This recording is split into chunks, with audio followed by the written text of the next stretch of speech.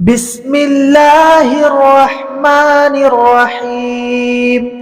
إذا السماء انشقت وأذنت لربها وحقت، وإذا الأرض مدت وألقت ما فيها وتخلت وأذنت لربها وحقت.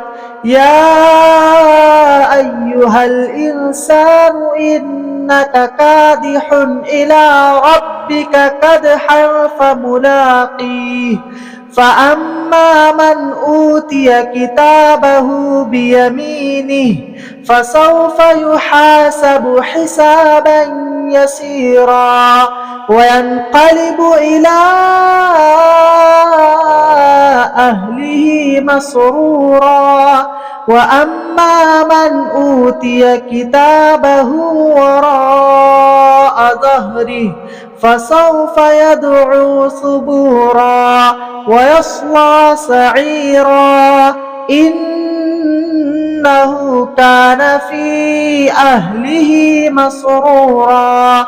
إنه ظن أن لن يحور، بلى إن ربه كان به بصيرا.